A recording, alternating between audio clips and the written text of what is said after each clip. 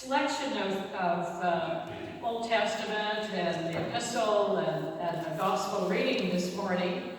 And it's something that I was saying to the 8 o'clock service, it's a pretty hard one to wake up to, isn't it? To come into the church after coming through the heavy rain and suddenly hearing about all of these readings. And it's a real awakener sometimes for us to have to listen to it. I think it's to awaken us. We have been enjoying Pentecost, and Pentecost is a lovely, lovely, lovely time in which we are thinking of other things, and suddenly we realize, oh my goodness, this is the word from Jesus now to the disciples. So our gospel this morning is divided into two parts. There's two sections to it. Verses 5 to 7, sort of, if you're following in your Bibles, is talking about the near future.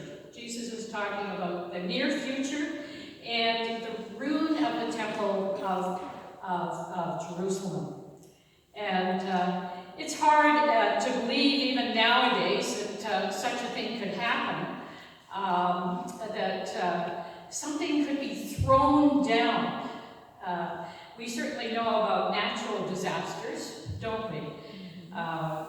Where we have earthquakes and unfortunately fires, like in Australia now, following the ones in California. But Jesus isn't referring to natural disasters or the happening that was going to come to the temple, the place of worship that the worshipers in the temple, the Jews of the day, had so much pride in. No, it was going to be an act of God. God was going to throw down the temple. That was all there was to it. And he was trying to get that through to the disciples. And even when you go to Jerusalem, if you're lucky enough to be able to go there, and you realize it was a pretty big temple to begin with, and they were pretty big stones, and you can't even figure out how they lifted them up one upon another to build the temple, and that this was going to take place, and God was going to be doing it in the near future. And the second part, in verses 8 to 19, they are proclaiming to us, even to this day, the age of the church. We are still in the age of the church. We are the age of the church, right? We are. It's still continuing. It's not something, an old thing in a history book or something that's, you think, oh, that was in the Bible. It's something Jesus was talking about. We are the age of the church, still continuing on. And the age of the church, in those days particularly, but still today, includes persecution and witness. Now, for Anglicans, it's hard for us to do the witness part sometimes. We're very shy. Canadian Anglicans are very, very shy compared to the Episcopalians, who are a little less shy. But the witnessing part is something that we always have to find courage to do. Because what is happening is this discourse of Jesus, which Luke is giving us, is being passed down to us. It's our inheritance. It's something for us to be doing. And it's given to us in a short and clear form. Now, it is interesting that it does, in talking about the age of the church, of course, it also talks about the coming of the kingdom and the manner in which it will come. Now, to us, we don't really like to hear about wars and disasters because we live in Canada. We have never had a war in Canada, unless we want to talk about 1812 or, Ontario, Quebec, or whatever we want to talk about. But we've never actually had a war in our country. We're very blessed. Our disasters, compared to some other countries, are not quite as bad, really. We have ways of dealing with them. We have ways of being reimbursed before them. We have ways of being retrained for employment because of them. We have many things that help us. for disasters. Now, we have served in other wars, as we did remembered in Remembrance Day and honored. But why we also have the kingdom that is here and present now. And it's important that in spite of all the bad news, and of course I've even turned down newscasts or turned them off nowadays because I find there's so much bad news, we always have to remind ourselves as Christians that one of the things God asks us, and Jesus is asking us to do, is to live calmly, to live zealously, and to live courageously in the present, no matter what the present is. And in our daily lives, to have the courage to witness to Christ and to be models of balance. Now, Christianity of today, of course, has had changes. It's had changes over the centuries. And ever since the beginning of what I would call institutionalized Christianity in the 4th century, we've had endless changes. And that's how we've had endless denominations and faith traditions. And even in these last few decades in Canada, we've had a speed up of all the changes, our cultural changes, how society at present is in transition. Even when we look at the news from Quebec, there is a whole province in transition, going into something called secularization in a big way, and trying to change laws to do it. And then we have our technology changes, and they are coming at great speed, far faster than when we, in Christianity, had the Reformation and had the printing press. Those were big changes for us in Christianity. And for denominations, and the birth of denominations, and then the revitalization of denominations. So how do cultural changes and all of these things affect any parish, or this parish? And how on earth do parishes, with all of this going on, these transition periods, plan? And how do we search for the unchurched?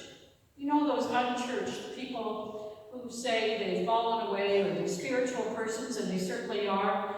But how do we search and bring them in? And especially, how do we deal with the political situation as Christians, which is becoming not at all parallel to Christianity in some places? So have you ever wondered, I've often wondered this, what Jesus would think if Jesus came today, this afternoon, came now, came tomorrow? How would Jesus recognize the church, the parishes, as the church? Now, in our diocese, it's interesting because I belong to this committee called, I don't know, the Downtown Committee, we'll call it that, but it's the administration, finance, property for all of the dioceses. And I've been on it for, I think, a decade.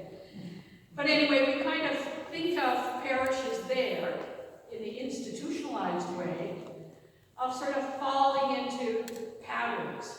Now, this isn't set in stone because there's a lot of give and take between what sort of pattern a parish can be, and you don't want to label things, but you have to have a name for the pattern. So just bear with me. But if there's, and we do it by numbers because of course we're financial, so we like everything by numbers, you know. So 50 or less in a congregation. Well, it's kind of patriarchal or matriarchal. A family-style church. I realize this is really an overview. A feeling of maybe personal ownership by members. There's a traditional clerical pastoral care pattern. Sometimes there's high clergy turnover and supply of clergy. And sometimes it's not a good place for somebody who's kind of green around the gills, who's just out of seminary, to go to, because there's just not maybe what they're used to, going from a seminary to this particular type of parish, that particular type of parish. And then there's a pastoral parish, and it has about 50 to 150 congregation. And the clergy person is very central there, and they must delegate. And most churches in North America are this particular size. And there certainly are pressures on the clergy person and on their family, and there always have been. And the expectations are high, and sometimes there's burnout. So in North America, between the Church of Anglican Church of Canada and the Episcopalian Church, about 70% of all churches fall in the 50 to 70 sized congregation. And 25% of the churches fall into the 150 to 200 sized congregations.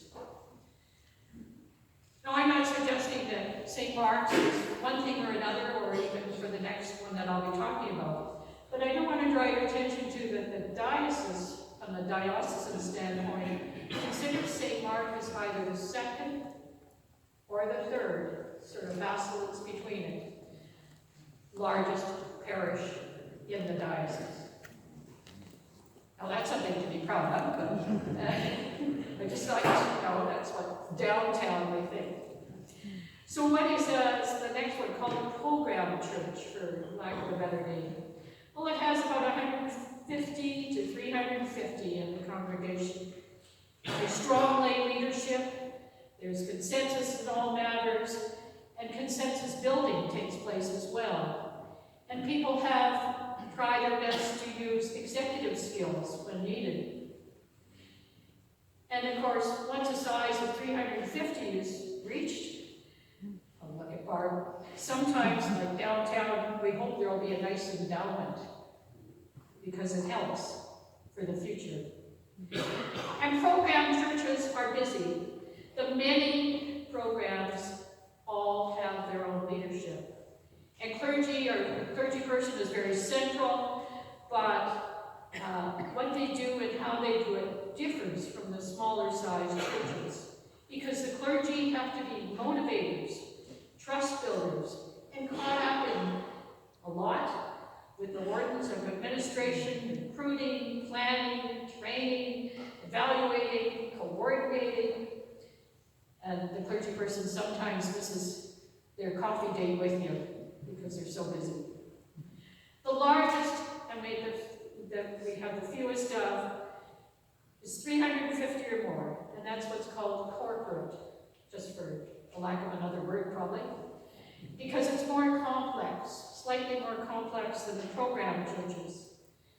And we have wonderful music and worship here, but music and worship in a corporate church can become very important because it's like the bar keeps getting raised. And there's a head clergy person, and there's multiple staff. There's other clergy who do other clergy-like things, let's put it that way, without giving job descriptions. And it's collegial between them, yet they are diverse. And the head clergy person has a great deal more time to give to sermon preparation and worship planning. I don't know if you know, but Craig gets up at 5 o'clock on Sunday mornings, right? Because it's hard with all of the other things that go on in a week, of which probably 65% are unexpected, to often work out the time for the sermon prep and a worship planning from week to week. So that's just an aside of a little challenge sometimes it's around. And then of course there's the bigger, the 800 to 1,000, and then the 3,000 plus of the mega churches. And we don't have those in our diocese really. But let's come back to Luke and the words of Jesus. We are told in the gospel that our faith will not always have easy times. That's basically what it's been saying to us in our readings. And that because of our faith, we shall see the kingdom. Now, I find that interesting, and I found that the Malachi is very definitive when we start off. But I always myself like to turn to our wonderful reading that we would have about from Isaiah. The wolf and the lamb shall shall lie down together. Now, I always puzzled and tried to work that through as a Christian. What does that mean? Are we the lambs? And those other guys, the bad guys, the guys who don't like us, the guys who don't accept us, are they the wolves? I mean, that's sort of a childlike way of looking at it, isn't it? But what about those wolves? Those wolves have a lot of influence, don't they? And we, as the lambs, if we're the lambs, are in this transition period. We're here on earth, in the heavenly kingdom on earth, in the transition period that Jesus has told us will take place until the kingdom of heaven. So what is our responsibility about being a lamb and having the wolves around, nipping at our ankles or doing worse? Because Jesus was looking at the Roman days, and they were very bad wolves, right? They were very bad wolves. But we have, now I'm sounding like Mr. Trump, but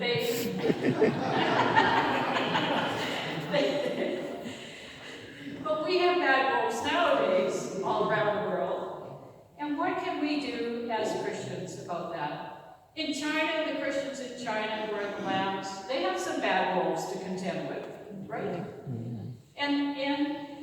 And so do they in other countries where we have Christians in Syria and all sorts of places. There are bad wolves after the Christians. So what do we do? How do we come to a point where the wolf and the lamb shall feed together? Well, our hopes are things like the United Nations, but we have to work very, very hard at it. But I often think that if we only had a formula of that, or as we say in our opening, look up and raise your heads, because your redemption is drawing near. Well, does that mean that Jesus also hopes that we can bring at least one wolf or two wolves to redemption with us? Is there any way for us as Christians to, while we live our life here and now, while we are blessed to have a heavenly family here at St. Mark's and in our diocese and nationally, what can we do related to the wolves? How can we, in some way, bring them to some understanding of Christianity, the Christian model? How can we, if they've fallen away, because some wolves have fallen away, bring them back? Well, that's something for us to ponder, isn't it? St. Mark's has many strengths as a church, and we've been gifted with many things. And in a future transition, which is a St. Mark's specific transition, the Lord will be our source of strength. Jesus challenged the disciples, and he challenges us every day, every hour, every parish, and in this one. Amen.